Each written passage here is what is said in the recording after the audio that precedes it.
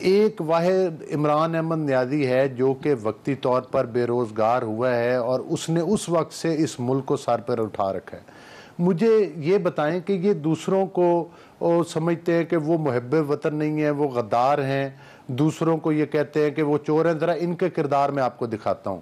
شہزاد اکبر جس کو کہ اس نے نام نہاد وہ جو اس کا ایجنٹ نمبر 1 تھا, جس کو اس نے نام نہاد وہ بنایا ہوا تھا, مقرر کیا تھا کہ وہ احتساب کا ایڈوائزر وغیرہ, وہ بھائی صاحب جب سے اس کی وفاقی حکومت گئی ہے وہ ملک سے فرار ہو گیا.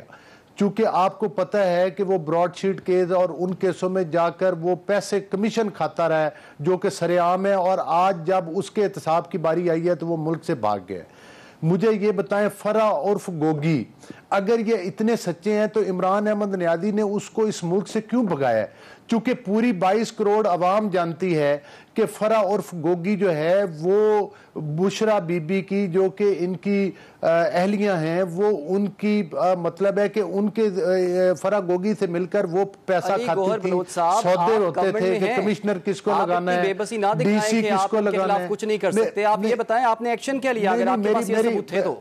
دیکھیں میں اس طرح بھی آ رہا ہوں نا. فرا گوگی, پھر آپ یہ بتائیں کہ فرا گوگی ملک سے, خان صاحب کو تو چاہیے فرا گوگی کو ملک کے اندر لائیں, عدالتوں کے سامنے پیش کر دے, چونکہ ان کو پتہ ہے کہ اگر میں ملک میں لاؤں گا تو وہ وعدہ معاف گواہ بنے گی بشرا بی بی کے خلاف بھی اور عمران احمد نیازی کے خلاف بھی. دوسری بات یہ ہے کہ چینی اور آٹے کے اوپر سبسڈی کے نام پر اربوں روپے ہڑپ کرنے والا عمران احمد نیازی پوری دنیا کو بھاشن دیتا ہے کہ جناب وہ چور ہے اور وہ ڈاکو ہے. مجھے یہ بتائیں کہ کرونا کا فنڈ انہی کے دور حکومت میں انہی کے آڈیٹر جنرل آف پاکستان جو تھے انہوں نے کہا کہ کرونا کے فنڈ میں اربوں روپے کھائے گئے, اور جھوٹ اتنا بولتے ہیں, کہتے ہیں کہ جی ٹیلی تھون کی ہے. بھی ٹیلی تھون آپ نے کیا کی ہے؟ آپ نے کہا کہ 500 کروڑ مطلب ہے کہ 5 ارب اکٹھا ہو گیا.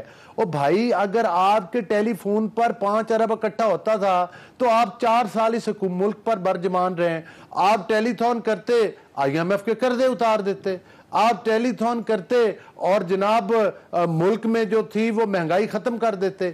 بھائی آپ تو 5 روپے کے لیے ایک ملک سے بھیک مانگتے رہے پورے 4 سال. آپ تو ہر جگہ پر جا کر آپ نے کشکول اٹھا کر ساتھ لے کر گئے. آپ نے سعودی عرب سے مشکل ترین شرائط کے اوپر جو ہے وہ پیسے لیے باہر نکلے ہیں, لیکن نواز شریف صاحب جو دوائی لینے گئے تھے وہ واپس نہیں آئے. وہ کب آئیں گے؟ سلام متاثر کو ان کی ضرورت ہے. اندلیب عباس صاحبہ نے کہا ہے پاکستان میں نواز شریف صاحب ان کی طرح ڈرپوک نہیں ہے. نواز شریف صاحب 3 بار وزیر اعظم رہے, 2 سال 3 دفعہ 3 سال کے لیے جیلوں میں گئے, ان کی بیٹی جیلوں میں گئی. آج بھی مریم نواز صاحبہ ملک میں ہے, آج بھی حمزہ شہباز ملک میں ہے, آج بھی شہباز شریف ملک میں ہے. As a prime minister, as a chief minister Punjab بھی ان کے بنائے ہوئے جھوٹے مقدمات میں وہ FIA کے سامنے پیش ہوتے رہے, اور ان کے مفرور ملزمان اسد کیسر اور دیگر ہواری اور عمران احمد نیازی جو کہ اپنے آپ کا قد جو ہے ملک کے قانون اور آئین سے بڑا سمجھتا ہے, وہ FIA کے سامنے پیش ہونے کے لیے تیار نہیں. یہ ان کا کردار ہے. یہ کہتے ہیں کہ یہ دوسروں کا احتساب کریں. یہ کہتے ہیں کہ عمران احمد نیازی کے علاوہ, عمران احمد نیازی اور اس کی اہلیہ کے علاوہ یا اس کی پارٹی میں بیٹھے ہوئے چند لوگوں کا جتھا جو کہ گالم گلوچ بریگیڈ ہے, ہر دوسرا بندہ جو ہے وہ غدار بھی ہے, وہ چور بھی ہے, وہ ڈاکو بھی ہے. اور زیغم خان صاحب آپ نے بھی گفتگو سنی ہے, یہ وہ متنازع بیانات ہیں. ٹھیک ہے, سیاست میں بڑے بڑے الزامات لگائے جاتے ہیں, پہلے کرپشن کے الزامات لگائے گئے اور ابھی ذکر بھی ہو گیا جیسے غداری کے الزامات بھی لگائے جا رہے ہیں. تو زیغم صاحب آپ کیا سمجھتے ہیں اس کا کوئی سیاسی فائدہ ان جماعتوں کو یا رہنماؤں کو ہوتا ہے؟ بات کرنے والے نے مدینہ کے اندر میں سن نہیں سکا, بلوچ صاحب خاموش ہوں گے. ٹھیک ہے بلوچ صاحب آپ کا پوائنٹ آ گیا سر. کے ذریعے اس مقام کے اوپر بھی جو کچھ کیا وہ بھی پوری مسلم امہ کے سامنے ہے کہ اس نے ادھر بھی کیا شیطانی کی. ٹھیک ہے جی سر, پوائنٹ آ گیا آپ کا, پوائنٹ آ گیا. اس فتنے اور اس شیطان کے شر سے پاکستان کے ہر ادارے کو سیاسی مفاد کے لیے کچھ بھی کہہ دیا جائے تو وہ قابل قبول ہوگا. اور کیا واقعی کوئی پولیٹیکل گین ایسی جماعتوں کو ہوتا بھی ہے جو اتنے بڑے بڑے دعوے اور اتنے بڑے بڑے الزامات لگاتی ہیں؟ دیکھیں سیاست تو مزاحمت کی رہی ہے, تب باقی پارٹیاں بھی کرتی رہی ہیں اور PTI بھی کر رہی ہے.